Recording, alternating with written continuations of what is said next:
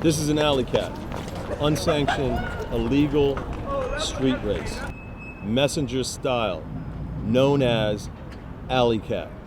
We're doing a fundraiser for CMWC, Cycle Messenger World Championships, in Paris this year. You're doing live traffic, you're doing pedestrians, you're doing buses, trucks, whatever, in the street, point to point. Basically what you're looking at is a race that deals with navigating your style through a city that has a point to point. One address to another address, or one point to another point. They could be 10, they could be 6, they could be 15, they could be 20, sometimes up to 50 miles. However, what you got to do is you got to navigate those points the fastest and the quickest. DC was not the first people to start this race or start this style of race. This is a New York thing. It has to do with a simulated, and I say simulated, day in the life of a messenger. So therefore, I get a job. I get a job that goes from one address to another address, and I drop that package off. It simulates that. So basically, you're just going from, again, point to point to point. All right, who needs a manifest? Get one more single file line right here real quick. Don't push and shove, just get on. In previous Alleycat races, typically the manifest is on paper and you write down your answers on pen, or else there's a checkpoint person who just stamps your manifest and you move on. Some Alleycats, you'll have a checkpoint where you have to do like push-ups or throw your lock into an inner tube, or different stunts or things you have to do at a checkpoint. But we'll see how this one works out. The main thing different about this is using your app on the phone. I'm from New York, Lower East Side. I live in DC. I like DC. DC is a grid. New York is a grid. So when I think about racing and I get that address in my head, it's not a problem for me to figure out how to get there. What's your strategy for winning this? The app, man. You just kind of got to know the app. I feel like that's like the hardest part about this race. A lot of people, I feel like, don't really know Twin Jets a lot. It's like a brand new app surface that just came out. So I think that's going to be like the hardest part of the race. Generally in an Alleycat, where you don't know, there's not a precise route because you're not on a fixed loop or anything like that.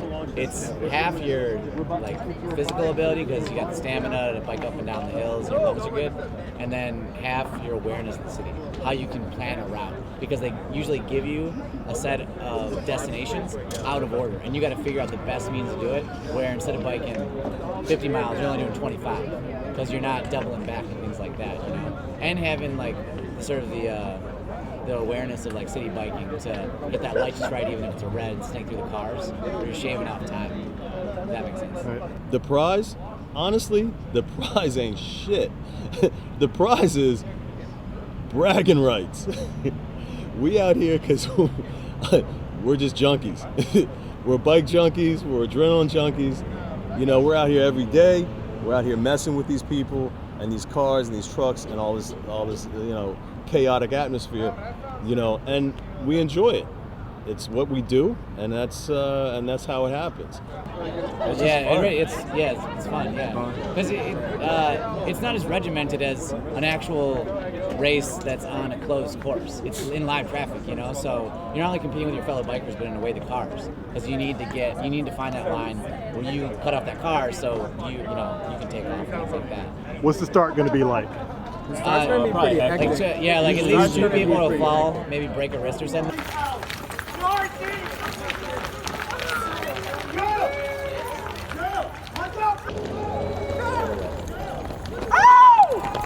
What are we expecting the finish line? We're expecting the veterans to win.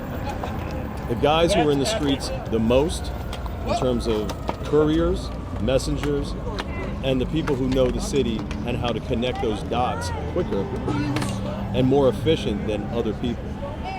We have a lot of people from out of town, but yet again, DC is a grid system, so they can as a messenger, you can connect, you can understand a grid system.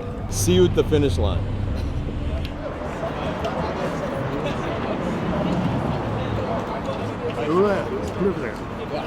So you just won. Yeah, How was it? it was awesome, man. Well, Cut off some cars. I was going solo the whole time. Did what I could. It was pretty fun. I yelled at a lot of people, though. Like slow drivers on Florida Avenue. Yeah. so what was your strategy? I saw all the addresses. Just went to the Hirshhorn first. Sort of sentimental, sort of just because that's the way to go. And I saw Bruce and I saw Guad, and I followed Guad to Georgetown. And then after Georgetown, I just booked it my own way. Didn't see anybody else except for Wade. And then that was that. What was the race like? It was short. It was short, but it was a good race. Got nice and fast. And what place did you come in? Whoa, it was just so first. She got first. Yeah, but it's just the both of us. Awesome. How many times have you done these? Several dozen. Really? Where are you from?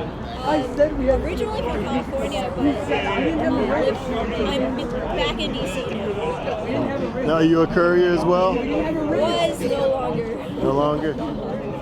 Awesome. How about you? No, I'm not a courier. No, I'm not a courier. Are you from DC? No, I'm Brazilian. Brazilian.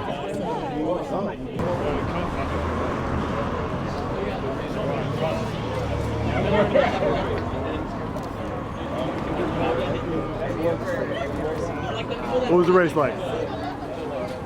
Short and sweet. Short. Short. It was under an hour. Chris Rabati's hosted races before. They were a lot longer. He did one that was like 30 miles. I think it took 2.5 hours, and sent us to every corner of the city. This was pretty clear cut. It was pretty easy to decide the route. You know, we were at one location, and there was no confusion, no getting lost. And even if you chose to go one place before another, it probably wouldn't have thwarted you off too much. A lot of times what I do is I just chase the fast guys. I come into the arena, I look, who do I think is going to be fast, a top placer that I can just chase. And so Bruce, who you interviewed earlier, he's a longtime messenger, something that people call a lifer. And his engine's similar to mine. He rides gears with brakes. A lot of these guys are fixed gears, and those guys take off like rockets. We're more like a diesel. We don't have a high top speed, but we get a speed and we just kind of keep on marching through, never really dropping. And both of us have been riding for so long that we're taking kind of a safer route. A lot of the younger kids, they're riding wild and crazy, you know. They think it's all fun, you know. A few times people were behind us and we floated through a red light like nothing, and behind us we heard the horns, because they just have a different understanding. When I ride my bike, I don't expect anyone to have to accelerate, decelerate, stop for me. I move through like a ghost. I'm here and I'm gone before they see him. And some people are running the red light, and they're creating a point of intersection. You know, I don't want that to happen. I don't want a point of intersection. I don't want to put myself at risk. I'll dip behind the car, just try and read like what's safe passage through here. He was faster than me. That's plain and simple. Today. Well done. Yeah, it was good times.